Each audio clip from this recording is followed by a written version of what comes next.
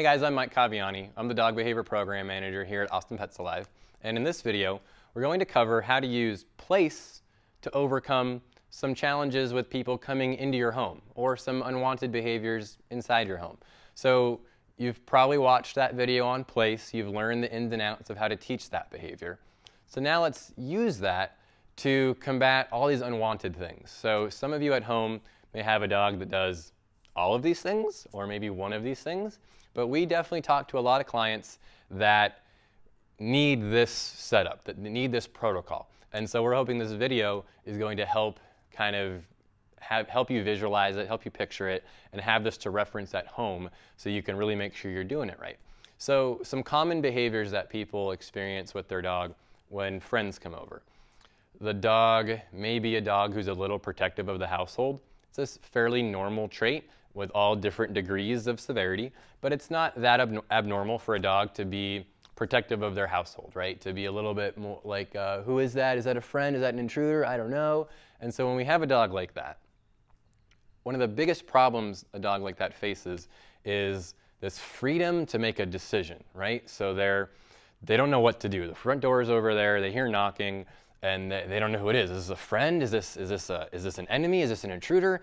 Do I know the person? Do I run over there and lick them and jump on them? Do I run away? Do I hide? Do I run to my owner? What do I do, right? And so all those decisions, it's stressful, and it makes them more stressed out because they don't know what to do. So then they end up they make a choice. In the moment, with all that excitement of someone coming to the front door, they make a choice. And oftentimes it's not the right choice. So we want to take all of that decision, all of that freedom out of their hands. And again, this is for the dog who's potentially protective of his household, or even the dog who's just so friggin' stoked about people coming over that they can't contain it and they jump all over your visitors, and some of your visitors may not want a dog clobbering them in the chest when they come into the home, right? So for any of that, we're going to recommend that you use place to teach the dog to go to their bed whenever someone comes to the front door, but until they're highly trained enough to hold their place, and stay there while your friends come in, we want you to install a tie down, just a leash that you have connected to something heavy in the household. Their bed is within range of that tie down. You've set that up in an area where they can see the front door, they can see the people enter the home, they can watch as you guys are sitting around chatting, but they're not like right front and center to where your people have to like awkwardly tiptoe past them to get to where they want to go. You're already going to coach your friends before they ever enter the home on their job. You want to tell them, come on in, be neutral, and ignore the dog. Just walk on in, calm, neutral behavior, sit down, and chill. Now you, the owner, you're going to be rewarding behavior that you want. Good boy, toss them some treats. Behavior that you don't like, you're going to completely ignore the behavior. It's a non-response. We want the dog to get that feedback of, well, this isn't working, the person's not leaving, or I'm not getting attention, or mom's paying, zero attention to me, right? Versus, oh, I was quiet and calm. Oh, then I got attention, then I got rewarded. That works, okay? So that's how you'd utilize place for people coming into the home. And then, for stuff like, you're eating at the kitchen table and you don't want them begging for food, you can send your dog to place as well to, kind of eliminate that behavior. So we're gonna try to simulate the experience of a friend coming into your home. This is not our home. Leonidas, we love him like one of our dogs, but he's still not our dog. He's up for adoption currently at the time of this video. But we're going to try to simulate it so that Amy, our adoption follow-up coordinator, and Leo are hanging out in their home, and Lisa is going to come knock at the door to come over, and Amy wants to teach Leo to go to his bed, chill out, don't worry about it. While she lets Lisa in, she'll be rewarding him for calm behavior, ignoring any excitable behavior. Leo loves people, but he's a dog that we wouldn't be surprised if, when people come over, he's just so jazzed that he can't contain it and he wants to jump up and kiss you, but that's not really something we want him to do. So this will be a good exercise for him, and it'll be a good demo for you guys at home. So let's see how it goes.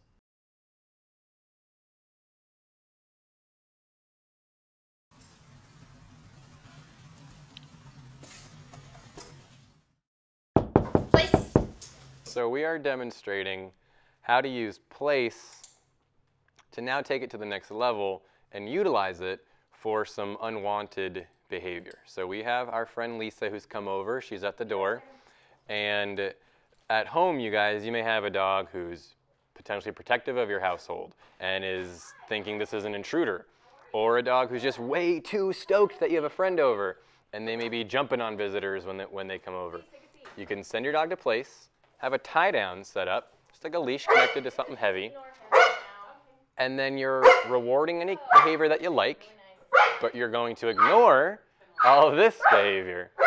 So the dog gets a non-response. Amy rewarded that. That was beautiful. So now that you guys can hear me again, hopefully. So that's a perfect example. You don't want that behavior when your friends come over. The dog's overly excited. So he's on tie down so he can observe everything that's going on. He can see it all, but he's not right front and center to where you and your guest have to like tiptoe past him. So you cue a place, send him to his bed, clip him to his tie down, let your friend in the house. And you're going to coach your friend on just being neutral and ignoring the dog. A lot of people think they're helping when they come in and they're like, oh no, it's fine, I'm good with dogs. And they are baby talking the dog, or hey buddy, it's okay, it's fine, all that kind of stuff. But if your dog is, one, thinking this is a potential intruder, or two, overly excited about their presence, that's really not going to help the situation. So they should come in and sit down and be neutral. You, as the owner, you're paying attention to what the dog's doing. If they do something reward-worthy, quiet, calm behavior, you're rewarding that. If they're barking, acting agitated, or just unwanted, right? Barking, growling, jumping, you're ignoring that behavior. So the dog is getting a non-response. So this behavior isn't working, whether it be somewhat defensive behavior because they're being territorial, whether it be demanding, barking, or overly excited behavior. None of that is accomplishing what they want. The person isn't paying any attention to them. The owner's not paying attention to them. If it is a territorial drive, well, this person didn't leave, so that didn't work. So, man, none of this is doing anything. And remember, guys, dogs really only do what works for them. So we just have to show them that none of that is actually working. It's not achieving anything. But hey, I'm quiet and calm. That's when I get rewarded from my person. That's when I get attention. So now they can kind of connect the dots and they can kind of see, all right, I got it. So option A, be calm and quiet. That's when I get rewarded and that's when I get attention. Option B, bark and carry on and be just kind of loud and well, that's not working. I'm not getting any feedback for that at all. I'm getting zero feedback. So that's not working. So now that they're just hanging out and chatting, Leo's hopefully going to be picking up on this. Leo's just a dog who you guys have met him before in our introduction to place video. He's just a big happy guy, but you could see this is working for him too, right? When Lisa first walked in, Leo was really, really excited, and I'm not going to make any claims that he wouldn't have jumped on Lisa to say hi to her. So we want to combat that rude greeting of a visitor, and now Leo is making such awesome choices, laying on his bed, and now Amy's rewarding him for that. If you have a dog at home who's perfectly benign with people, they just are overly excited, you know, at some point when the dog is in the state of mind that Leo is in now, you can decide to let him off tie down. We're not doing that for this exercise, but at home, if that's what you have at home, let them off tie down now. Now they can go get greetings from the person. If your dog is somewhat territorial, then we're going to probably say leave him on tie down and then have the friend get in on the act. So now the friend can potentially start rewarding the dog as well for any calm, quiet behavior. If Leo looks at Lisa, Lisa can just toss some food over. Lisa's still been pretty neutral. She's not going to be doing anything super demonstrative or anything like that. She's just kind of watching Leo out of the corner of her eye in her peripheral, and when Leo looks over towards her and is calm, she's just tossing food over to him. This is a good way to now start creating a very good association to a visitor being in the home. All right, I thought this was an intruder. I don't know. Who are you? I don't know who you are. And then, okay, well, hold on. Mom's rewarding me for calm behavior and ignoring me for behaviors. All right, for those other behaviors. This barking and growling didn't make the person leave, so that didn't work. And then this possible intruder is actually giving me food. So you know what, maybe I had this all wrong. Maybe this is actually not as threatening of a situation as I thought it was. And maybe this lady is actually kind of cool. So that's what we want the dog to start thinking about. Now, a lot of dogs in this situation, if we're talking about, again, a dog who's potentially threatened by a person coming into their home, a lot of dogs at this time, it's been about 5 minutes or so, a lot of dogs will have maybe gotten to the point where they're like, all right, I get it. The person's sitting, they're not doing anything that scary anymore, so I'm kind of over it. It's no big deal anymore. At that point, don't make the mistake of letting the dog off tie down at that moment, because we still don't know how the dog's going to respond when the person gets up and moves again.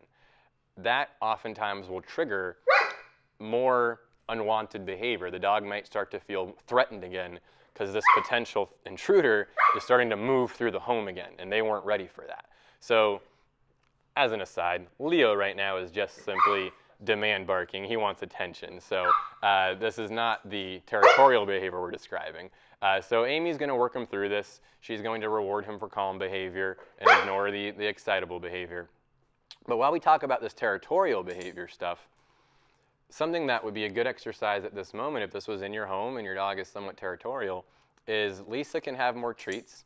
And if Lisa, let's say, needs to get up to go to the kitchen or get up to use the restroom, we might predict that Lisa getting up may result in the dog feeling worried about that again. So as soon as Lisa goes to get up, she's going to start making it rain treats towards Leo when she gets up. And she's going to move, and she's going to just keep throwing food over at Leo the whole time she moves until she sits back down again. This is really just classical conditioning, just attaching this stranger moving through your home with something really good like food. So this is just giving this dog this real classic kind of concept of person moving means good stuff, because we can predict that might be a little threatening to a dog who is, again, protective of their household. So this is how to utilize place to get through unwanted behaviors for either, again, too rude, too pushy, too excited, or too protective and maybe a little, defensive of the household, which can happen as well. So again, we have a tie down installed here. For us, this tie down is just simply tied to a very heavy table. You're going to look through your home for what heavy furniture you may have to connect the leash to. You may even have to install a hook in the wall. Nice, you saw Leo there was like bark, bark, bark. That's not doing anything. So let me go lay down on my bed again. And that's when he got rewarded, which is pretty awesome to see the wheels turn for Leo. So again, though, with that tie down, just look at your home. Every home is different, obviously, but somewhere you should hopefully be able to figure out where to install a tie down. And again, remember, the importance is that it's set up in an area where they can observe all the action, but they're not too close so that the people are just within range of the leash, all right? So that's using place to work through unwanted behaviors of people coming into the home. That was pretty cool. Again, this is our way to demo this for you. All things are different in the home. We're going to work with you through these behaviors, but this is a good thing to reference. All right? Thanks, guys.